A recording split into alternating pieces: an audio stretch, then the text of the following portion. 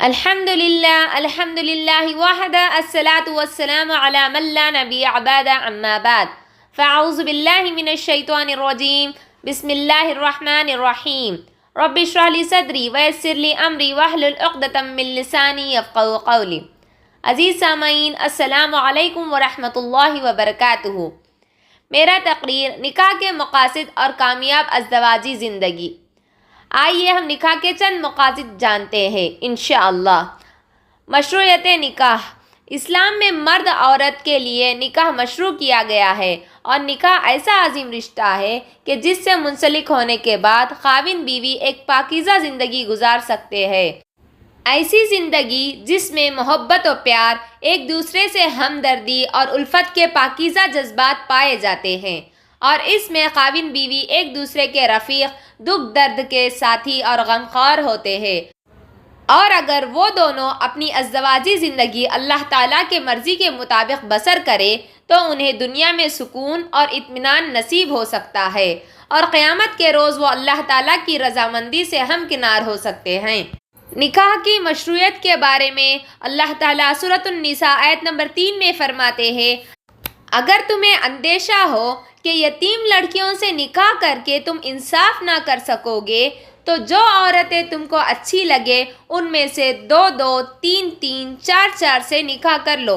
لیکن اگر تمہیں اس بات کا ڈر ہو کہ تم ان کے مابین عدل نہ کر سکو گے تو پھر ایک ہی کافی ہے، یا تمہاری ملکیت کی لونڈی. بے انصافی سے بچنے کے لیے یہ زیادہ قرین ثواب ہے. اس آیت میں اللہ تعالیٰ نے ان عورتوں میں سے جو پسند آئے 2 3 اور حتیٰ کہ 4 سے نکاح کرنے کا حکم دیا ہے.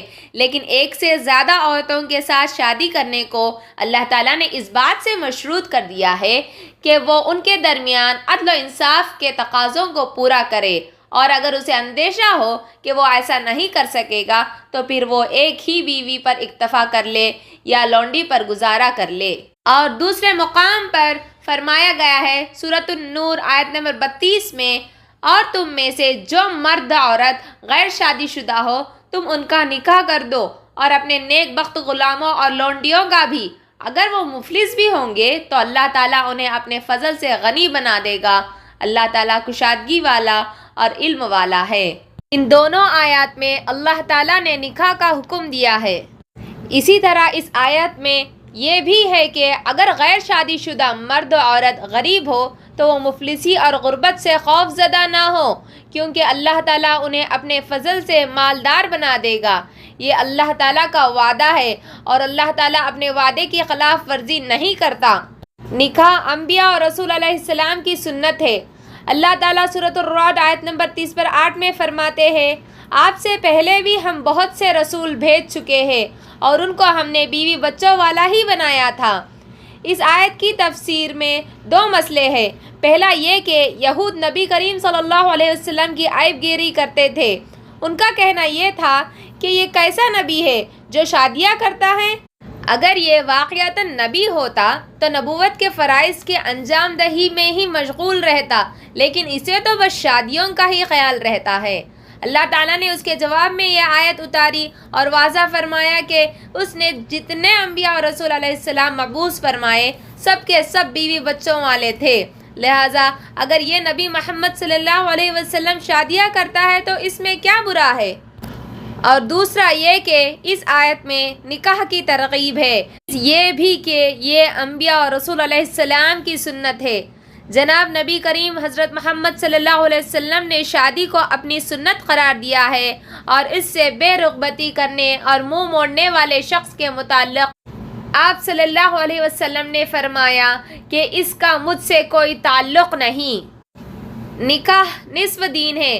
رسول اکرم صلی اللہ علیہ وسلم نے نکاح کو آدھا دین قرار دیا ہے، جیسا کہ حضرت انس رضی اللہ عنہ سے روایت ہے کہ آپ صلی اللہ علیہ وسلم نے فرمایا، ایک بندہ جب شادی کر لیتا ہے تو وہ آدھا دین مکمل کر لیتا ہے، اس لیے اسے باقی نصف کے بارے میں اللہ تعالیٰ سے ڈرنا چاہیے.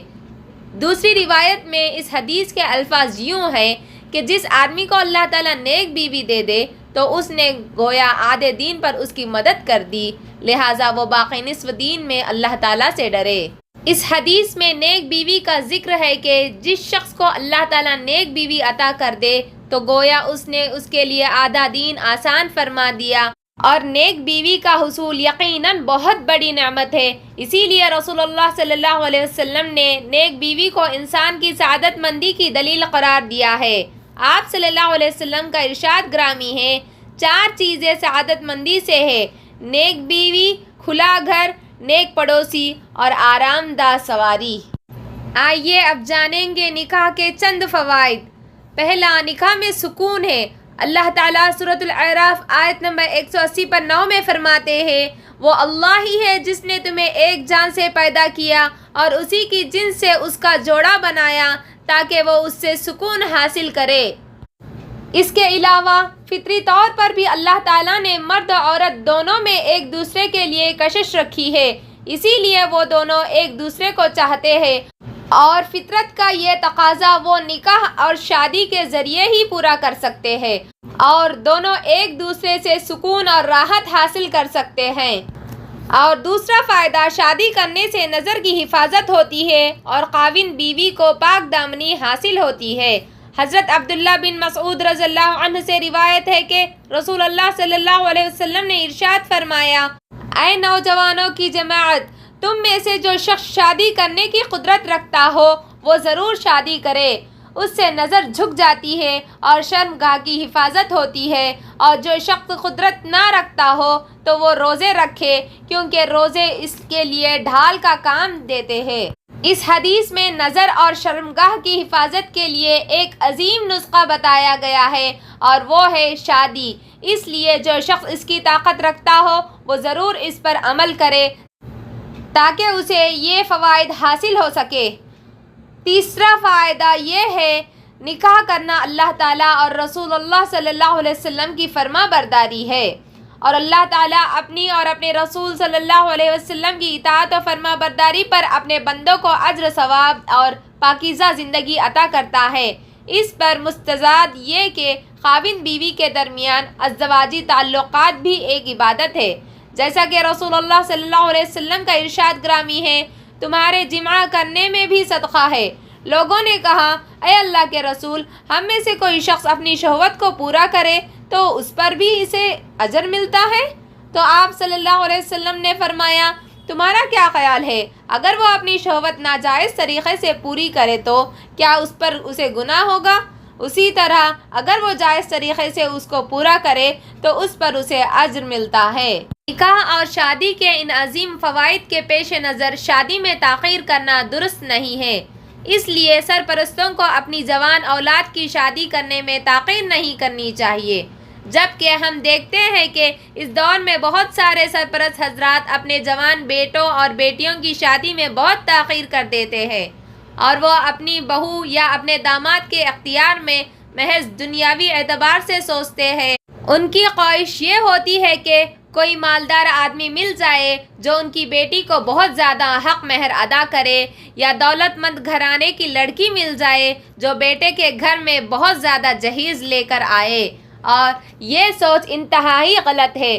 ہماری شریعت میں ایسی سوچ و فکر کی حوصلہ شکنی کی گئی ہے، اور اس کے برعکس اس بات کی ترغیب دی گئی ہے کہ اگر دیندار اور باکردار لڑکا ملتا ہو تو اسے اپنی لڑکی بیاہ دینی چاہیے، خواہ وہ غریب کیوں نہ ہو، اور اسی طرح اگر دیندار لڑکی ملتی ہو تو اسے اپنے لڑکے کے لیے اس کے والدین یا سرپرست سے طلب کر لینا چاہیے اور پھر اسی سے اس کی شادی کر دینی چاہیے۔